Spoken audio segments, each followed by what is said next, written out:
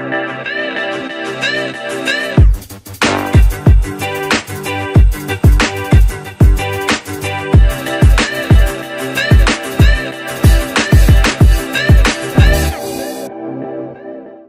alaykum, kanalimiz obunachilari. Bugun mana onaizorlardan kelgan o'sha savollarning asosida qisqacha hamma bilib qo'ygan yaxshi degan ko'rsatuv o'qimoqchimiz. Ko'rsatuvimizda men moyaklar haqida ma'lumotlar deb umumlashtirib aytsam to'g'ri bo'ladi. Chunki bu yerda mana ayollarimiz yozgan ikkita o'g'lim bor. Uni tuxumi bittasi tepada, bittasi pastda. Mana o'g'limni tuxumini bittasi katta, ikkinchisi kichkina, bittasi pastda turadi, bittasi yuqorida turadi. Har xil onazalardan kelgan, otasi yo'q yoki qaramagan, shu nima uchun degan savollar kelgan. Menimcha shu savollarni o'qishdan ko'ra to'g'ridan to'g'ri, masalan, shu informatsiyalarni to'g'ri berib borsak, masalan, yaxshi bo'lardi.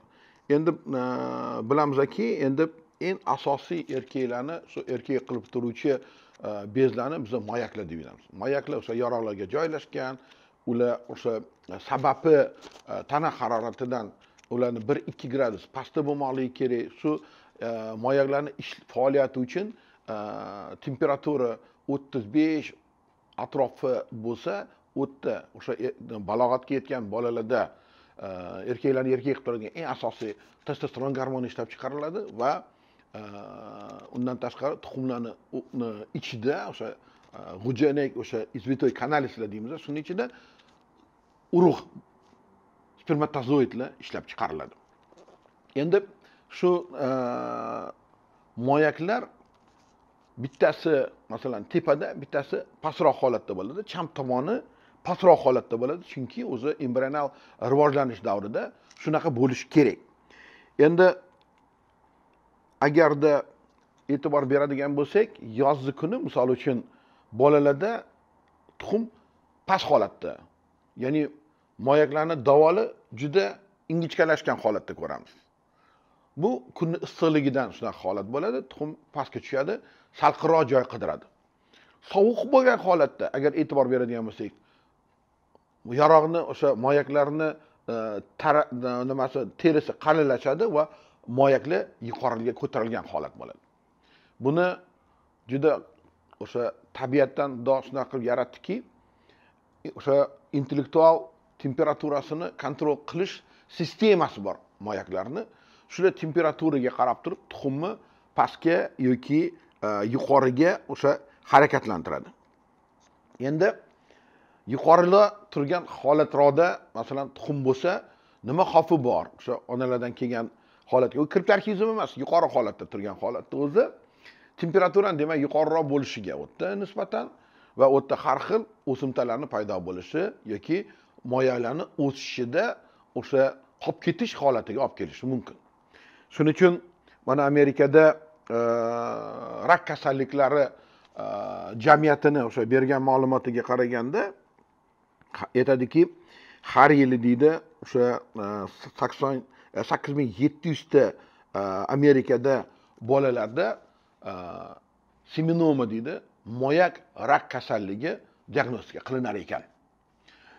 Shu kasallik rivojlanishida umuman hech qanaqa bezovtalik bo'lmasdan, faqat hajmini katta bo'lishining hisobiga shunaqa kasallik boshlanishi mumkin ekan. Bu xavfli kasallik uchun, xavfli o'simta bo'lgani uchun, demak ota-ona bilish kerakki, agar bolani tuxumida har qanaqa hajmdan o'zgarish bo'ladigan bo'lsa, albatta tezroq uni o'sha mutaxassisga ko'rsatish kerak. Men mutaxassisga deganda ham bugun ultratovush apparatlarini hammamiz bilamiz, UZI apparat deyiladi.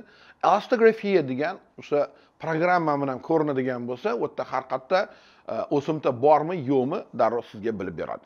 Misol uchun, bitta moyakda bir kunda 200 millionga yaqin spermatozoid ishlab chiqaradi. Endi tanani 14% og'irligini masalan o'sha chigirtkada moyak tashkil qiladi. Odamda bor yo'g'i 0.7% ni tashkil qiladi.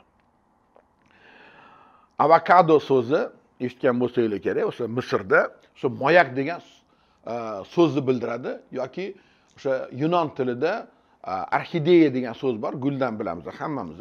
Shu orxideya degani moyak so'zini bildiradi.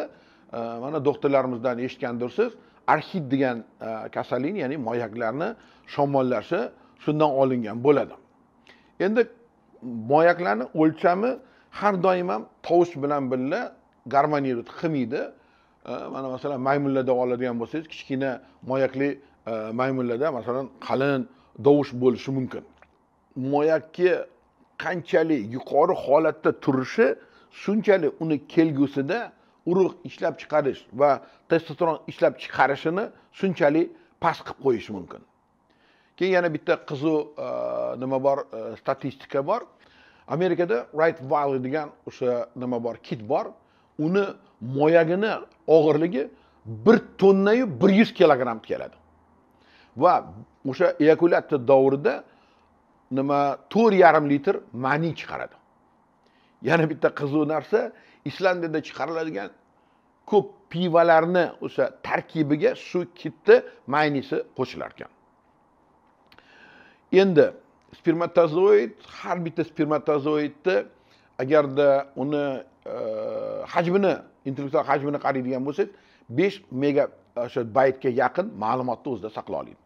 Esingizda bo'lsa, yangi chiqqan o'sha bir paytlar kompyuterli bo'lardi, 4,5 o'sha nimali floppy disk bo'lardi. Endi birinchi chiqqan o'sha nimalardan joy esimizda, private kimga esida bo'lsa, 4,5 bor yo'g'i megabayt bo'lardi o'shanda ma'lumot.